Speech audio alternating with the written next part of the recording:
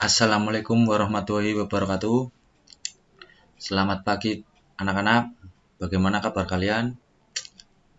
Ya, seperti biasa ya, sebelum mengawali pembelajaran pada pagi hari ini, alangkah baiknya kita berdoa dulu. Berdoa menurut agama dan kepercayaan masing-masing ya. Berdoa menurut agama dan kepercayaan masing-masing. Berdoa mulai.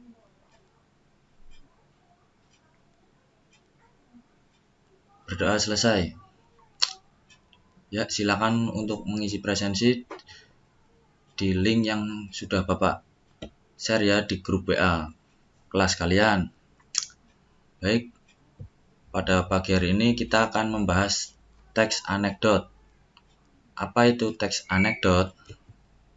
Nah, ini anak-anak pengertian dari teks anekdot. Teks anekdot adalah cerita singkat yang di dalamnya mengandung unsur lucu dan mempunyai maksud untuk melakukan kritikan. Teks anekdot biasanya bertopik tentang layanan publik, politik, lingkungan, dan sosial. Kalian pernah membaca cerita singkat yang berisi tentang guyonan atau berbau humor tapi menjurus kepada kritik? Ya, mungkin kalian pernah ya membacanya. Terus, teks anekdot sendiri tentunya selain untuk memberi humor, teks tersebut juga harus memuat amanat, pesan moral, ataupun kebenaran secara umum. Baik, kita lanjut ke struktur anekdot. Selain itu, sebuah teks dengan berbentuk anekdot, fungsi dari adanya struktur teks anekdot ialah untuk membuat teks menjadi lebih rapi dan sesuai, juga benar-benar berbentuk. Ya, akan Bapak jelaskan sedikit ya tentang struktur teks anekdot. Ya, yang pertama abstrak. Apa sih abstrak? Abstrak menjadi struktur teks humor paling awal yang ada dalam sebuah teks bernama anekdot. Abstrak ditaruh di awal paragraf dengan fungsi untuk menggambarkan mengenai teks tersebut secara umum, agar pembaca dapat membayangkan. Terus yang kedua, orientasi. Orientasi merupakan awal kejadian pada cerita atau juga bagian yang menjelaskan latar belakang mengapa peristiwa utama dalam cerita dapat terjadi. Yang selanjutnya, yang nomor 3, ada krisis.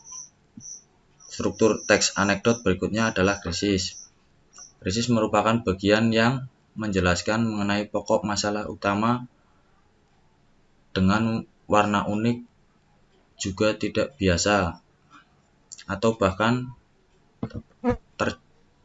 terjadi pasca penulisannya sendiri.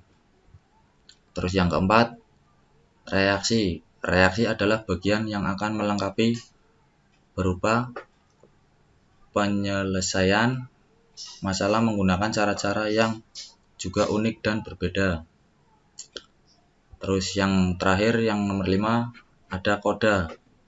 Koda ini seperti penutup struktur teks anekdot yang berakhir ialah koda. Koda merupakan bagian yang menutup cerita dalam teks tersebut. Ya, mungkin itu penjelasan dari struktur teks anekdot. Baik, kita lanjut ya anak-anak. Yang selanjutnya ada ciri-ciri. Yang pertama yaitu berupa teks yang mendekati perumpamaan. Perumpamaan pada sebuah teks dengan struktur anekdot mendekati bentuk sebuah dongeng, layaknya karangan cerita berdasarkan imajinasi dan ditambah dengan segala hal yang bersifat nyata atau benar-benar terjadi di masyarakat. Terus untuk ciri-ciri yang kedua, menampilkan tokoh-tokoh atau figur yang dekat dengan kehidupan sehari-hari atau juga orang penting. Biasanya pada sebuah teks anekdot terdapat tokoh atau figur yang ada di dalam dunia nyata dan mudah kita temui dalam kesehariannya. Terus yang ketiga, memiliki sifat humoris, lucu, menggelitik, dan berbau lelucon tapi menyindir. Seperti yang sudah disebutkan sebelumnya, teks yang berupa anekdot memang dibuat untuk memberi kritik dengan cara yang berbeda. Terus selanjutnya yang keempat, terselip kritikan atau tujuan. Mungkin ini juga dapat menjadi salah satu tujuan dari dibuatnya teks anekdot. Ya, selanjutnya kaidah teks anekdot, yaitu yang pertama, memakai pertanyaan dengan keterampilan bahasa yang kreatif dan efektif atau retorik.